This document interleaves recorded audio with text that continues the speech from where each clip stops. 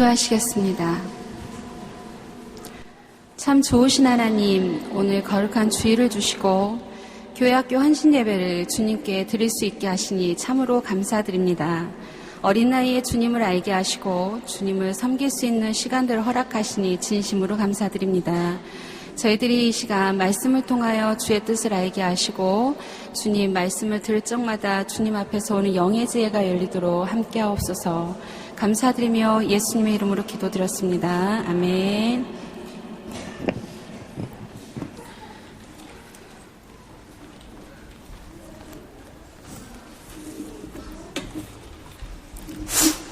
자, 교회학교 친구들 바른 자세 한번 해볼까? 전사님 보세요. 전사님 무슨 말씀을 하실까? 알겠죠? 자, 우리 저의 열렬한 팬 은찬이가 왔다 갔다 합니다. 한 주 동안 잘 지내셨나요? 예, 날이 굉장히 더웠습니다. 그쵸? 그래서 오늘도 더울까 걱정을 많이 했는데, 또 예배 드리는 시간만큼 또 선선해서 너무나도 감사드리는 그런 마음입니다. 우리의 삶에 있어서는, 하나님께서 저희들의 모든 주관자이시지요. 그래서 우리 모두의 삶을 하나님의 프로그램 속에서 계획하시고 운행해 가십니다. 하나님의 계획하심이나 실천하심, 이런 섭리들은 우리가 알 때마다 너무나도 놀랍고 또한 그것을 알 때마다 두려움이 저희 마음속에 찾아옵니다. 우리가 그 인생을 구상하고 있지만 하나님께서 그 구상을 인간이 하기 전에 미리 하나님께서 계획해서 운행하고 계신 속에 저희들이 있다라는 것을 늘 잊지 않습니다. 그런 가운데 북부해변 장로교회에 하나님께서 또 운행하시는 또 섭리가 있으시죠. 교회는 많은 일들이, 아주 중요한 일들이 정말 많습니다. 그 중에 교회학교라는 한 파트가 있습니다. 교회학교는 저희가 잘못 생각하면 영유아부만 교회학교인 것 같지만 사실은 영아부부터 청년부까지 모두가 다 교회학교입니다.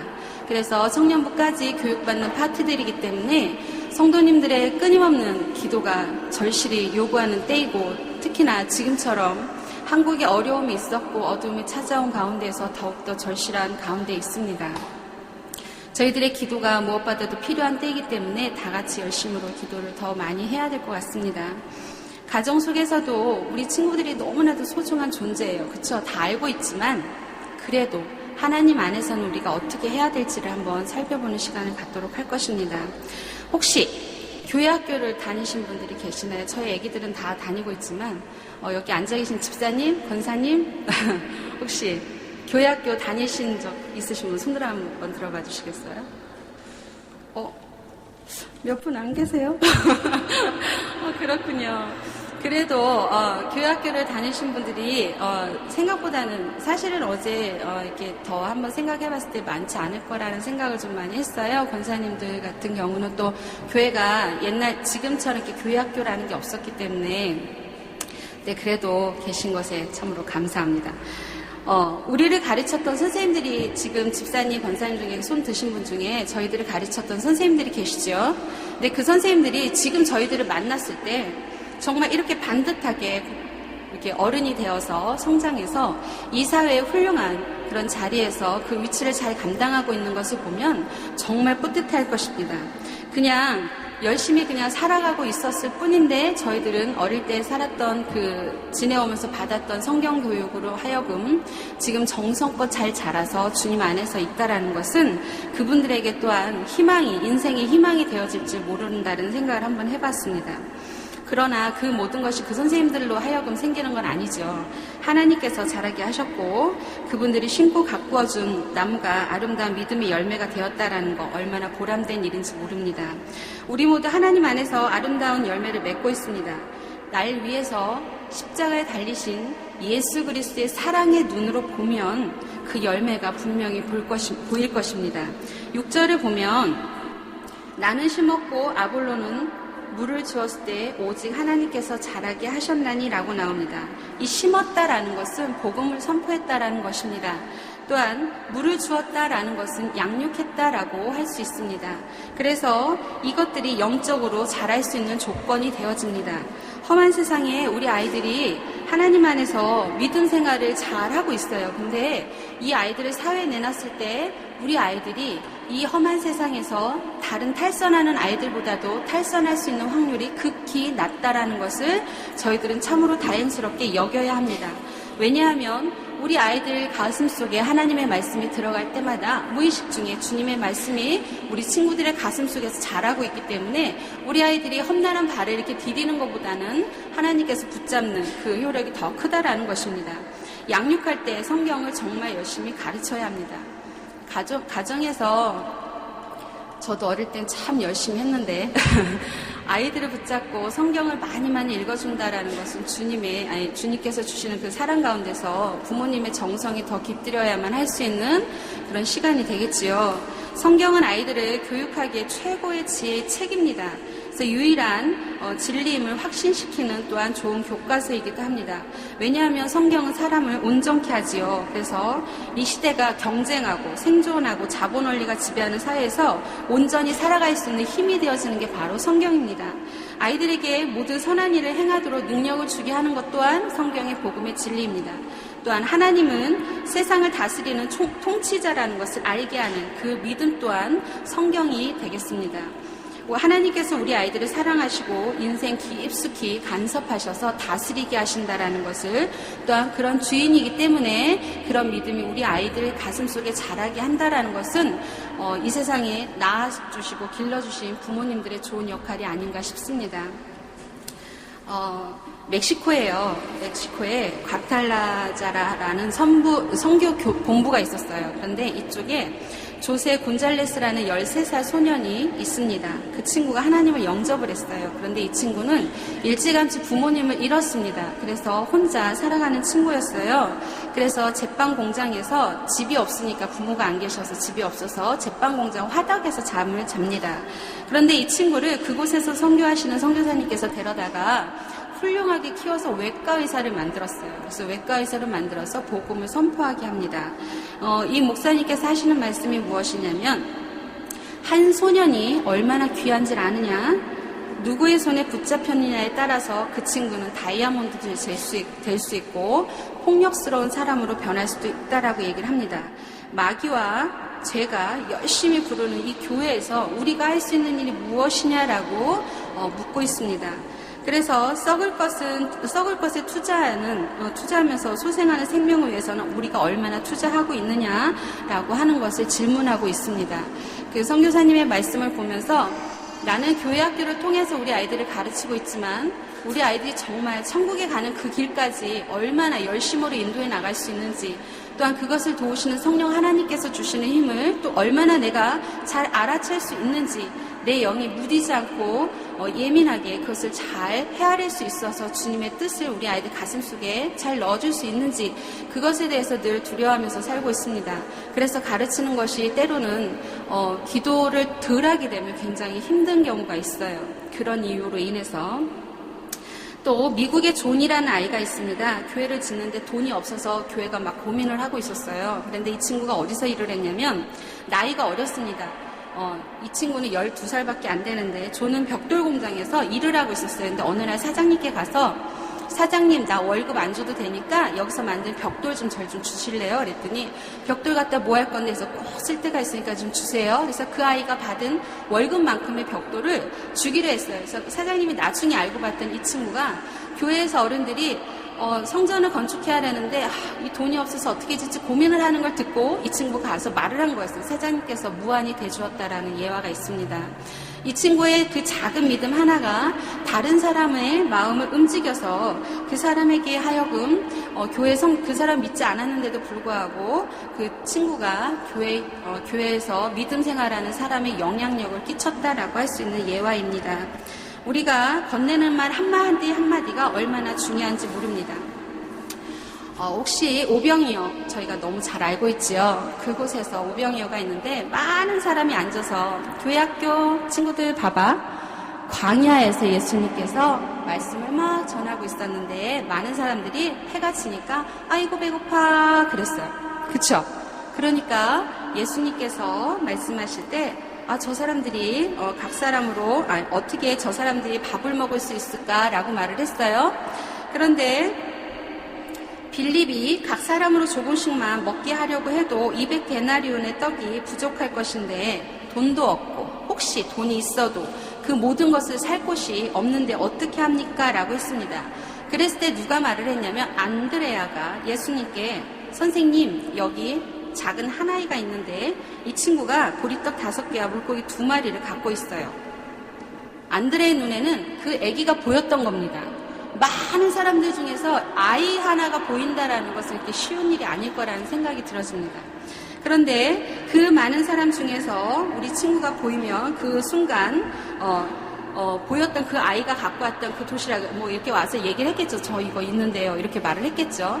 그런데 예수님께서 남자 5,000명을 먹이시고 여자와 어린이들은 합치지 않은 그 5,000명을 다 먹이시고 또 10,000명이 넘었을 그 큰 기적을 베푸셨던 일화를 저희는 너무 잘 알고 있습니다. 그렇죠? 여기서 중요한 건 뭐냐면 안드레가 거기서 예수님께 이 작은 한 아이가 있다라고 했던 그 한마디입니다. 아이 하나를 볼 수 있었던 눈이 있었던 거죠. 그래서 예수님께서 그럼 이리 데리고 와 라고 했던 이 짧은 이 대화가 일으키는 그 요소가 바로 이것이었습니다. 어린이를 중요하게 생각했고 어린이를 대했던 안드레와 예수님의 태도를 보았을 때 이 아이는 많은 무리 중에 아주 보잘것없고 조그만 존재였을 게 틀림없는데 의식주 문제에서 아무런 중요성도 없었겠지만 한 아이를 발견하고 인정함으로 해서 이 친구의 그 두 손이 많은 사람을 먹일 수 있었고 먹는 것을 해결할 수 있었다라는 내용이었습니다. 사고방식이라는 것은 그렇게 큰 게 아니에요. 그냥 아기 하나를 아주 소중히 여겨서 이 아이가 무엇을 할 수 있겠어가 아니라 무엇인가를 크게 할 거야 라는 긍정적인 말로 바꾼다면 그 많은 사람을 먹일 수 있었던 아기의 작은 손과 같이 큰 일을 이룰 수가 있습니다. 그런데 우리가 가정에서 쉽게 실수하는 게 굉장히 많아요. 무엇이 있냐면 상스러운 말이겠죠. 또한 욕, 또 흉, 그 다음에 남을 흠잡는 일, 그리고 거짓말, 그리고 화났을 때 하는 행동과 말들이 아이들에겐 크게 영향을 미칩니다. 아이들에게 어떤 영향을 미칠지를 생각을 한다면 저희가 어른이 좀 그랬던 것들을 다시 한번 또 생각할 수 있는 시간이 되겠지요. 교회는 아이들이 건전하고 행복한 그리스도인의 교제를 나누는 곳입니다. 또한 아주 잘 성장할 수 있는 장소이기도 합니다. 어린이들의 존재는 어디서든 인정되고 인식이 되는 그런 삶이 될 수 있습니다. 어린이의 중요성을 인식한 예수님과 안드레가 아이의 중요성을 인식했던 그 순간 이 아이를 찾아보는 그 위치도 중요했겠죠. 어디? 이렇게 둘러봤을 거예요. 아, 있구나. 그쵸? 그래서 하나님의 기적과 능력을 언제나 사람의 협조를 필요로 하게 하는 그 손이 큰 사람이 아니라 아주 작은 사람일 수도 있다는 겁니다. 사람이 없으면 하나님이 일을 못한다는 게 아니라 하나님께서는 그리스도인들이 하나님의 일에 참여하기를 원하신다라는 겁니다. 그것은 나는 언젠가 되겠지. 지금은 아니에요. 좀 바빠요. 이게 아니라 나중은 나에게 시간이 안 될지도 몰라요. 지금 할게요. 이런 긍정적인 태도로 바뀐다면 하나님의 나라의 일꾼은 넘쳐날 것입니다. 그런데 지금은 너무 바빠요. 난 제가 너무 많아요. 나 같은 게 뭐예요. 절대 그렇지 않습니다. 아기 하나가 그 많은 사람을 먹였던 것처럼 그 손길 하나는 굉장히 중요하다라는 겁니다. 그래서 이런 차원에서 어린이의 존재는 전체 어른들을 위해서까지도 매우 중요한 것을 바라볼 수가 있습니다. 어떤 한 사람이 뭐라 그랬냐면 한 사람이 회개하면 한 개인을 구원을 한대요. 그런데 한 어린아이가 회개를 하면 한 세대가 구원을 받는다라고 합니다. 우리가 우리 아이들에게 신앙교육을 많이 잘 해야 합니다. 여기 지금 앉아있는 친구들이요. 제가 여기 온 지 1년이 좀 넘었죠. 근데 맨 처음에 커피 브레이크를 시작했던 우리 친구들의 태도와 지금의 태도가 완전히 틀려요. 아이들은 저의 입술 하나, 손가락 하나의 이 움직임에 굉장히 예민합니다. 그래서 또 시작할 때 기도, 그 다음에 끝날 때 기도를 이렇게 정말 귀를 당나귀처럼 이렇게 딱 세우고서는 듣고 있어요. 그러다가 선생님, 우리 아빠가 오늘 되게 힘들었어요. 그랬구나. 그리고 끝나면 끝나고 얘기해요. 아빠가 힘들었다고요. 이렇게 얘기를 해서 제가 미안해. 다음 주에 꼭 기도할게. 기도를 원했던 거예요. 우리 친구들은. 왜냐하면 저는 사역자이고 우리 아이들은 기도만 하면 다 이루어진다라는 믿음이 있어요. 그래서 제가 기도하는 그 하나에 굉장히 이 귀를 쫑긋 세워서 이게 내 거가 되기를 간절히 바라는 마음입니다. 태도가 바뀌었어요. 그래서 저는 정말 하나님께 너무 감사해요. 이 작은 아이들이 제가 가끔 부모님들께 이렇게 했어요 이러면 깜짝깜짝 놀라세요. 근데 그것은 저의 거짓말이 아니고 있었던 일들 그대로 말씀을 드리는 겁니다. 그래서 우리 아이들이 성장하는 데 있어서 우리 아이들에게 무엇이 제일 중요한지를 늘 생각을 해야 됩니다. 저는 어른들하고 같이 있을 시간이 없어요. 그래서 교회 학교 친구들과 있는 시간이 더 많기 때문에 우리 아이들에게 더 많은 걸 투자하기를 원해서 늘 언제나 저는 우리 아이들 앞에서 광대도 됩니다. 개그맨도 되고요. 우리 친구들에게 어리광도 굉장히 많이 부리고요. 애교도 엄청 많이 부립니다. 그러면 우리 친구들이 처음에는 되게 막 이렇게 좀 뻣뻣하게 받아들이더니 지금은 너무너무 좋아해요. 왜냐하면 저하고 있는 시간이 그만큼 제가 재밌어서요. 우리 아이들이 저를 재밌게 생각하는지 잘 모르겠고요. 저는 재밌어서 같이 그렇게 시간을 보내게 됩니다. 그래서 신앙을 교육하는 데 되게 중요한 생각을 많이 갖습니다. 기독교인들은 진리의 그림자가 아닌 진리의 실체, 진리 자체를 만나는 자이기 때문에 신앙의 중요성에 대해서 아주 심각하게 고민을 하셔야 돼요. 지금 나는 어린애가 없어서요. 그렇지 않아요. 중고생도 마찬가지고요. 청년도 마찬가지입니다. 나는 애들이 다 커서 지금 내 옆에 없고요. 내 남편만 있어요. 마찬가지입니다. 집에서 저도 아이 같고 남편 되시는 분도 아이 같고 부모님도 아이 같잖아요. 그렇죠? 근데 저희들에게 정말 중요한 게 뭐냐면 창세기 17장 21절에 아브라함이 이삭과 이스마엘에게 할 일을 시행하죠. 아브라함이 가졌던 동일한 믿음을 가지길 원하셨기 때문입니다. 창세기 12장에도 하나님께서 애굽에서 탈출하는 저녁에 유월절을 제정케 하셨죠. 유월절 양을 먹이면서 그들을 구원한 하나님의 역사를 회상하고 또한 자녀들에게 교육하게 했습니다. 또한 말씀의 교육이죠. 신명기 6장 2절에 보면 너와 내 아이들을 내 손자들이 평생에 너의 하나님을 경외하고 내가 너희들에게 명한 모든 규례의 명령을 지키게 하기 위한 것이니 그 핵심은 여호와 하나님을 3대에 걸쳐서 신앙교육을 시켜라 라는 내용이 납니다. 그것은 시편 78편 3절에도 나옵니다. 이는 우리가 들에서 아는 바여 우리의 조상들이 우리에게 전한 바라. 그렇다 이들의 신앙은 조상에서부터 이어져서 온 유산으로 물려받은 정신과 삶 자체의 신앙교육이 있어야 된다라고 나옵니다. 디모데후서 1장 5절에도 이는 너의 속에 거짓이 없는 믿음이 있음을 생각함이라. 이 믿음은 먼저 너의 외조모 로이스와 내 어머니 유니게 속에 있더니 디모데 속에도 있는지를 확신하는고로 라고 나옵니다. 외할머니에게서 그리고 어머니에게 있었던 그 믿음이 디모데에게까지 전달된다라는 겁니다. 부모가 자녀에게 신앙을 가르칩니다. 또 보입니다. 그쵸? 이것은 굉장히 가치 있는 겁니다. 혹시 재산이 몇 주억 되세요? 그래서 우리 친구들에게 내가 딱 죽을 때 한 나라를 딱 물려줄 수 있는 그런 재력이 있으십니까? 그런 게 없으면 일찌감치 모든 걸 다 포기하시고 믿음의 유산에 올인하세요. 이것이 이 아이만 살리는 게 아니라 이 아이의 3대까지 그 후대까지 하나님을 이어갈 수 있게 하는 유산이 될 것입니다. 물론 잘 아시겠지만 그런데 이 신앙이 돈과 명예, 권력 이런 것들은 궁극적인 유산이 될 수 없다라는 것을 보여주는 것입니다.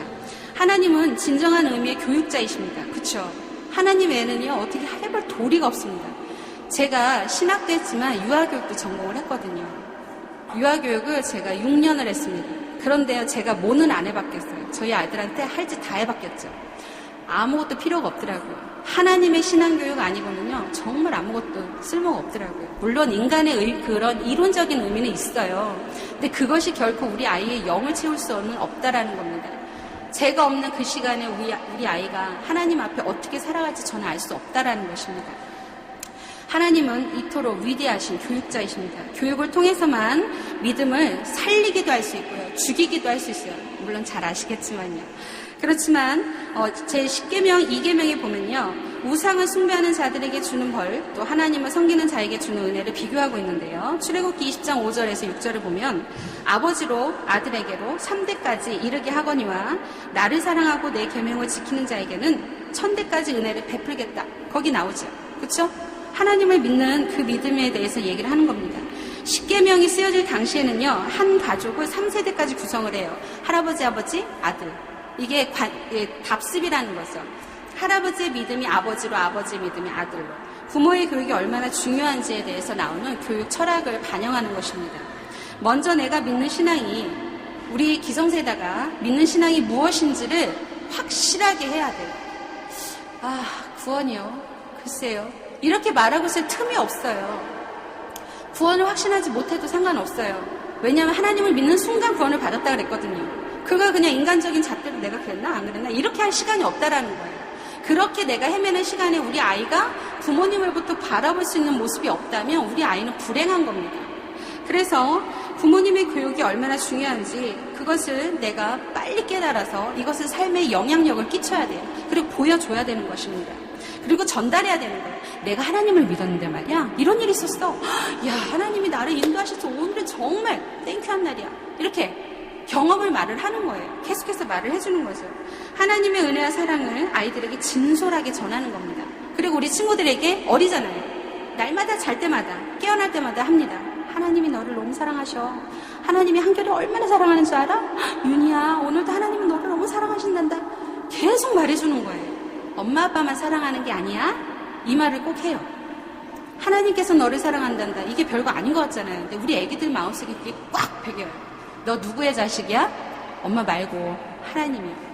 너 누가 줬어? 하나님이야. 이거는 그냥 쉬운 거잖아요.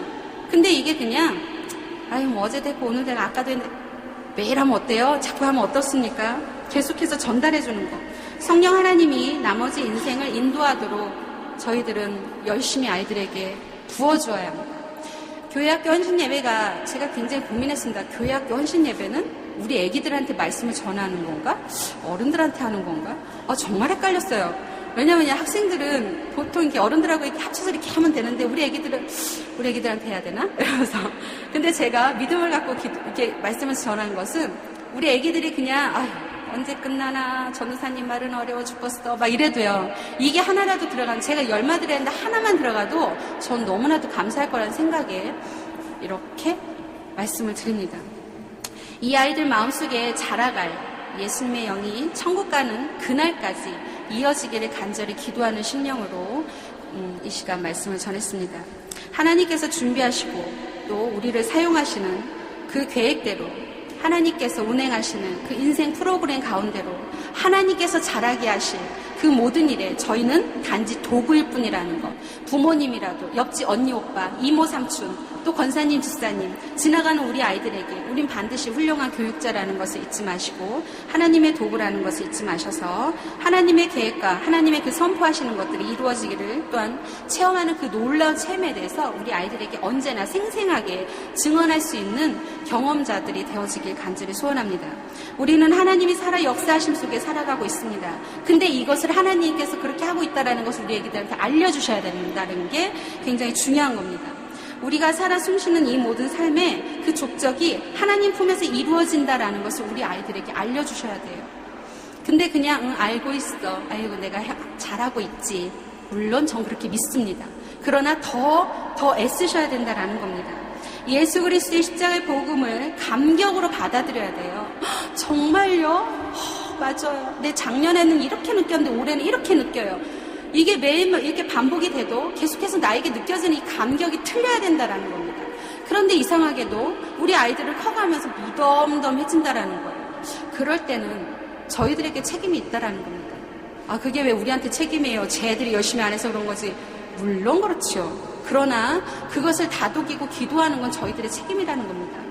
그래서 전 세계 가운데 북부 해변 장로교회에 있는 영아부부터 청년들이 이 세계의 복음을 통해서 하나님을 알아가게 하는 이 체험 가운데서 이 전 세계를 변화를 이끌어가는 차세대가 되어야 된다는 것을 주목하셔야 됩니다. 아니 이 가운데 반기문 총장과 같은 사람이 나오지 말란 법이 어디 있어요? 어떤 분은 누구를 놓고 그렇게 기도하시더라고요. 저 자리에 우리 조카를. 뭐 이러시는 분도 계세요. 또 저 유명한 저 대통령 저 자리에 우리 조카를. 이러시는 분도 계시더라고요. 그런데 반드시 하나님께서 우리들에게 원하시는 것은 한 가지입니다. 하나님께서 이루시는 모든 인생의 프로그램 가운데 나는 도구가 되어야 된다라는 것. 그리고 그 계획에 나중 말고요. 지금 당장 제가 당장 할게요. 내가 뭐 나중에 몇 살인지 어떻게 알아요? 지금 당장 제가 하나님의 계획에 동참하여서 우리 아이들 가슴속에, 교회 학교 가슴속에 하나님의 마음을 간직하게 하시고 하나님이 보호하고 계시다라는, 또한 보듬고 하나님을 향해서 열심히 따라가는 그들에게 천국을 향한 소망을, 또 천국을 향한 기도로 하나님을 더욱더 의지하게 하고 하나님을 더욱더 만지며 기도하게 하는 우리 친구들이 되어지도록, 또 어려움을 잘 극복해 나가도록. 이 세상이 만만치 않아 이런 소리는 하지 마시고요. 만만치 않은 거 알아요. 그렇지만 그런 부정적인 단어보다 이 세상이 힘들고 어려울지라도 너는 반드시 큰 인물이 되어서 하나님을 활짝 웃게 할 수 있는 하나님의 일꾼이 될 수 있어. 나는 너를 위해서 끊임없이 기도할 거야. 나는 아침마다 네가 학교 갈 때마다 기도한단다. 이렇게 따뜻한 말 한마디를 전해주시는 멋진 북부해변 장로교회 모든 어른들이 되어주시길 간절히 소원하며 기도하겠습니다. 전능하신 아버지 하나님,